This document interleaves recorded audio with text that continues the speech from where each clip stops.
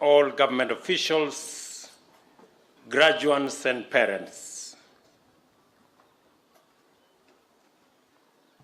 I am delighted to preside over this passing out parade and to join the Prison Service Training College community in witnessing the well-deserved graduation of 222 cadet officers who have successfully completed 13 months of rigorous professional training. It is particularly encouraging to see 84 of the cadet officers on parade are female and that 27 are serving officers. Clearly, the service continues to open up opportunities for education and training without discrimination, and I urge the leadership of the institution to encourage enrollment by young women in greater numbers. For those who are graduating today, congratulations. Correctional services are a vital function of our penal and national security framework. They are tasked with the custody and rehabilitation of offenders in a manner that guarantees that both the public as well as the inmates enjoy their rights, dignity, explore opportunities and aspirations lawfully, safely, and peacefully. It is my hope that the service has now embraced correctional practices and aligned its policies, procedures, and standards with the Constitution and our development agenda. The shift in the correctional service paradigm from punishment and retribution to rehabilitation and correction has opened up novel possibilities with important implications for our development program.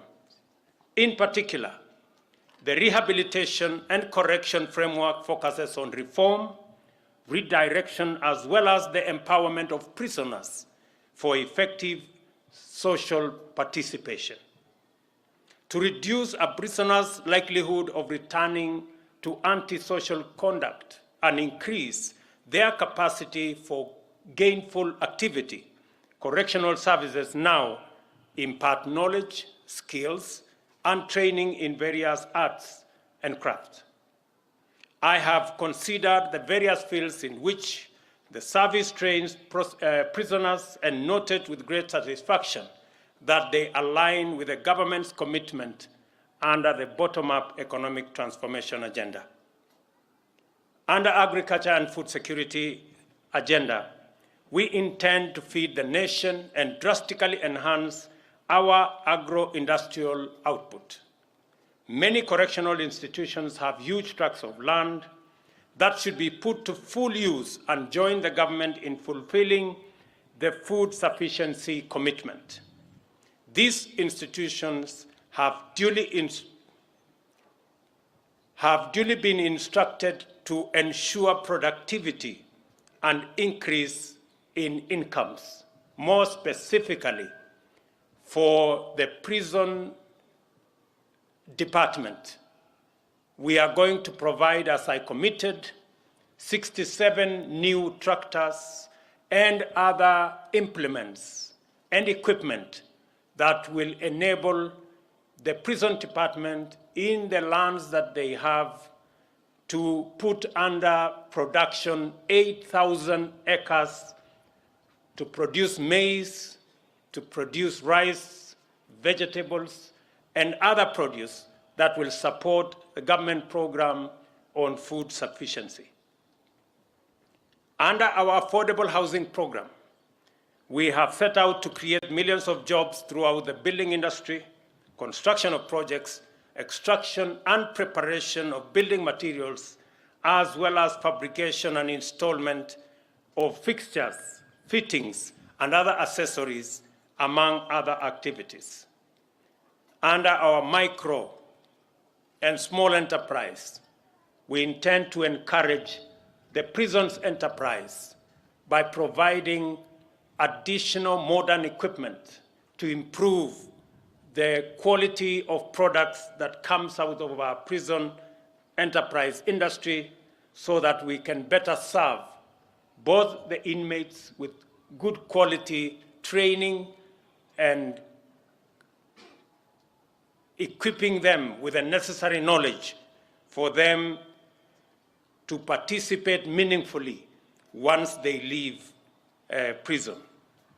We have embarked also on financial and capacity and other forms of empowerment for entrepreneurs to innovate, incubate, and curate business ideas into the next generation and to profitably engage in enterprise in various sectors and at different scales.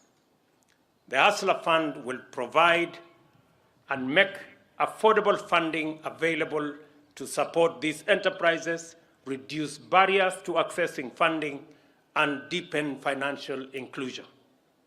I am encouraged, therefore, to note that the prison service has placed emphasis in educating and training prisoners in various aspects of agriculture, including irrigation and mechanized farming.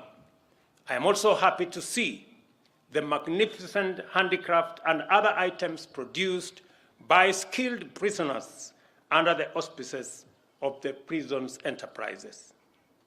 As we take concerted and robust measures to combat climate change through the restoration of national forest cover, I take this opportunity to commend the State Department for Correctional Services, which has planted 443,000 trees so far in prison institutions across the country. This impressive number excludes the 2,000 trees planted under the Community Service Order Afforestation Program, 5,000 trees planted at the Kianjukini Forest in Kirinyaga County, and the Marmanet Forest Initiative, which aims to plant an additional 100,000 trees. Just to let the prison service to know that it is the commitment of government, and I expect that the prison service will start with the land they have by putting at least 20% of the land they have under tree cover, including fruit trees.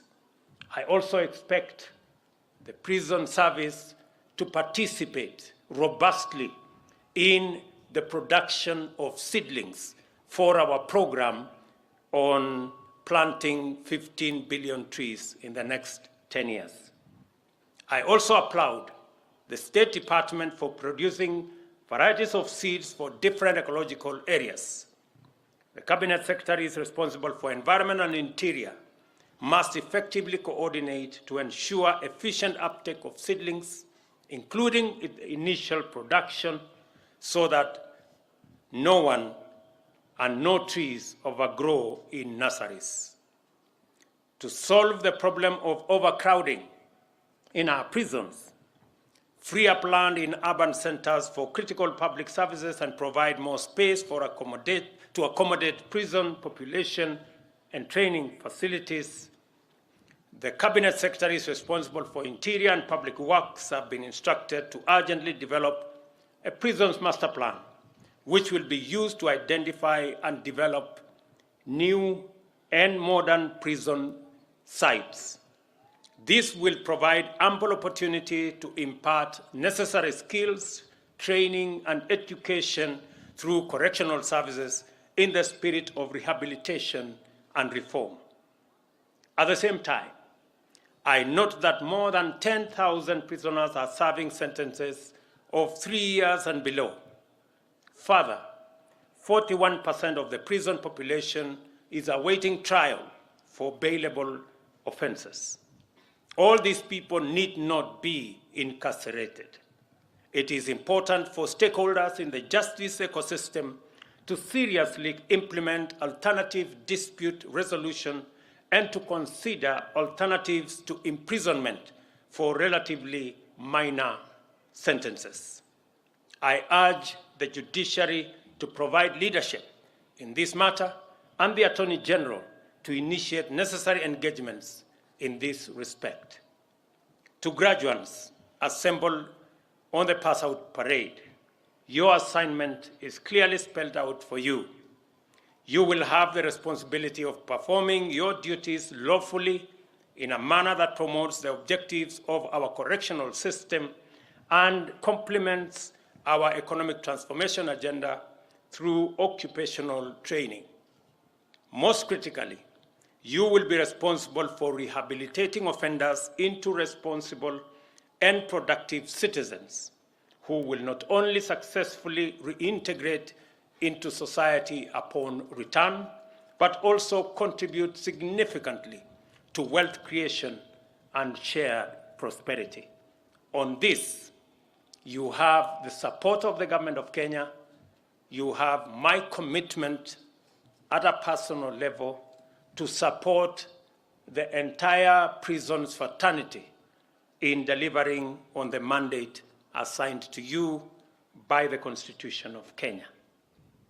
Let me also commit that the infrastructure being developed, as I made a commitment, that you have a facility here that is being developed, the housing program here in Ruiru and the one in Shimolatewa. I want those facilities to be completed before the end of this year, and the minister should come and open them for use by those who are waiting for those facilities. We will be discussing shortly the big program on housing with the ministry responsible so that we can deliver on our commitment on improving housing for all our prison servicemen, officers, and commanders. Let me also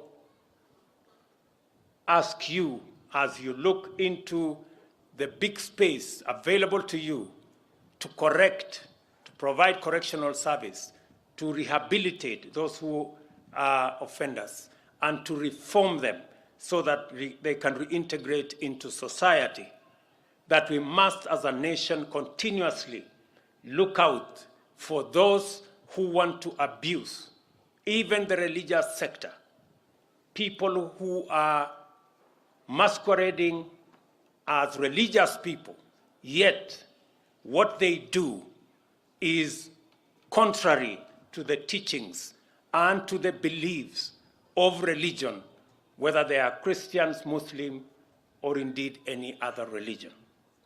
What we are seeing in Kilifi, in Shakahola, is akin to terrorists. There is no difference between Mr. Mackenzie, who pretends and postures as a pastor when in fact he is a terrible criminal. Terrorists use religion to advance their heinous acts. People like Mr. Mackenzie are using religion to do exactly the same thing.